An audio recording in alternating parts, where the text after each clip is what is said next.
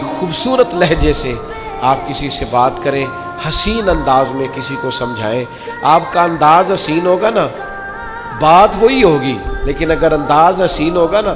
وہ ایک بادشاہ سلامت تھے، ان کو خواب آیا کہ میرے سارے دانت ٹوٹ گئے. تو ایک تعبیر کرنے والا بلایا، اس کو کہنے لگے میں نے خواب دیکھی ہے میرے سارے دانت ٹوٹ گئے. تو اس نے تعبیر کی. وہ کہنے لگا بڑے دکھ سے بتا رہا ہوں، آپ کی زندگی میں آپ کے سارے رشتہ دار، بال بچہ، بہن بھائی سب فوت ہو جائیں گے. بادشاہ نے تلوار منگائی اور تعبیر بتانے والا بھی مار دیا. اس نے کہا سب کے بغیر جی کے کیا کرنا ہے.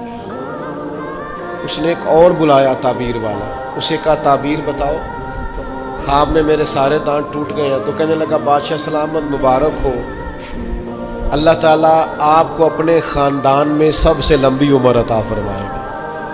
بادشاہ نے اسے انعام دیا، تحفے دی. اچھا یہ بتاؤ اللہ سب سے لمبی عمر عطا کرے گا، اس کا ترجمہ کیا ہے؟ وہی ترجمہ ہے نا جو پہلے نے کہا ہے. اس نے کیا کہا ہے؟ سارے مر جائیں.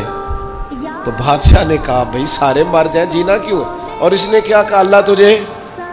تو بات اگرچہ بے سلیقہ ہو کلیم، پر بات کرنے کو سلیقہ چاہیے.